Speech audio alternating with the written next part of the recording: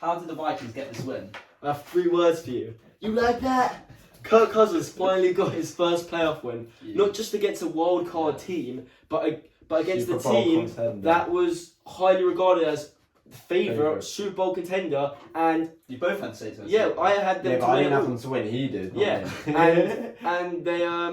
and they won against a team which had the same record as the number 1 seed in the NFC, and I had the Saints as just the hottest team in the NFL. Breeze was on fire. The whole team was flaming, and Cousins is 6-30 in his career against teams with better records, and slowly that narrative is changing. And I'm happy for him. He's a great guy. He simply outplayed one of the best quarterbacks in entire NFL history, with the best records. Yeah, and I'm happy that Kirk's changing that narrative. He outplayed Breeze, and he got the ball in overtime, and he wasn't messing around. He didn't mess around like Watson with 3 and out. He went and had that huge play to Adam Thielen. Couldn't have placed the ball. Biggest of his career. Yeah, biggest story. He To my boy, He couldn't have placed the ball any better, and he got it done. Great throw to win the game, and I'm happy for him. I think that one big thing for this is Kirk Cousins is Mr. Play Action, okay? Mr. Play Action. They have to get the run game going. And I think this was such a well-coached game. And obviously positive game script. Zimmer, man. But they had 28... Dalvin Cook ran 28 times for 94 yards. That's 3.4 yards a carry. And that's not a good average, but that's just... But they were allowed to commit to the run. Exactly. That opens opens the game, that's the pass action game. And obviously, game script affects this both, but Al Kamara and Latavius Murray, they're 21 yards each. You know, they had like 11 yards. Besides Taysom Hill, they couldn't run the ball. So it was really on Breeze, but because Dalvin Cook was able to run the ball, it took the pressure off Kirk Cousins. They committed to it, and so Kirk Cousins really just had to do what he does best: game manage, make the big plays, and that's what you saw down the stretch in overtime. He was able to do that, and it was a really impressive great win for Kirk. Yeah. I didn't expect it. I don't think anyone expected it. Most of the world didn't expect it. I need to make a new pick. You got Cheers, bro. As year after year, the Saints are doing well, and we always fall for it. I don't know why. I like the Vikings. I don't know why it didn't even hit me that they could win this game. I think it was because of Kirk, because no one trusted Kirk. If you look at the team, the narrative. It's narrative. You look at team. You look at Daniil Hunter, Everson Griffin. These are 2 studs. Yeah, Harrison Smith as well. Exactly. Yeah.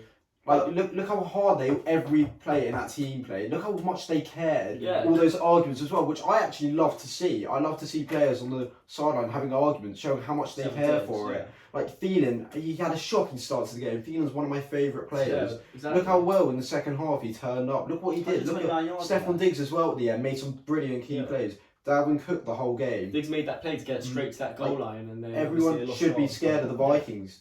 Everyone should be. So that is an interesting point, because now we've seen Kirk Cousins get the weight off his back. How far can they go now? Can they go and beat the 49ers? Scary. They're if they beat the 49ers, what do we think of them? Can they go and win the Super Bowl? If they beat the 49ers, they're probably the NFC favourites.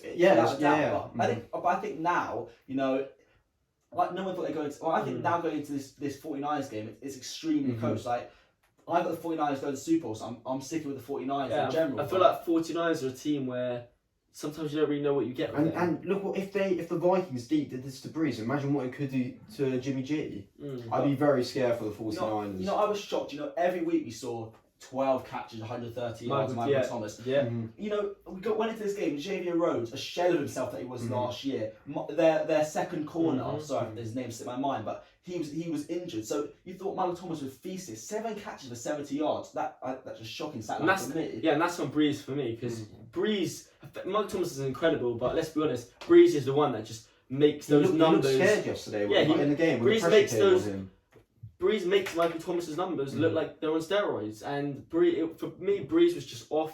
But that's credit. You've got to give credit to the Vikings defense and the Vikings offense as well for playing complementary football. One thing I will say is that, listen, the narrative now, you know, Kirk had the big play in overtime. However, Breeze, you know, they won the fourth quarter 10-0. You know, Breeze did come up big in the fourth quarter. He made the plays. He drove down the field. He got them to overtime, and then too little, too late. With overtime rules, you know, if Kirk gives the ball back to Drew Brees, for me that's my outcome. Yeah, but that's exactly. But the thing is, people sometimes look at the overtime rule like I hate it. Yeah, I don't like it as well. But the thing is, in this situation, it's a situation where I'm not gonna blame the overtime rule. Just saying, Kirk was away in the Superdome against a great defense. This game should have been done. And the Saints, you got to stop them from a field goal there. I'm sorry, you do. And they got the negative running play. And it's that 3rd and goal. They would have obviously kicked the field goal, and you got to get it done. My point is, we say Drew Brees is off. Drew Brees woke up towards the end of that He game. did, And I yeah. think if Drew Brees got that ball in overtime,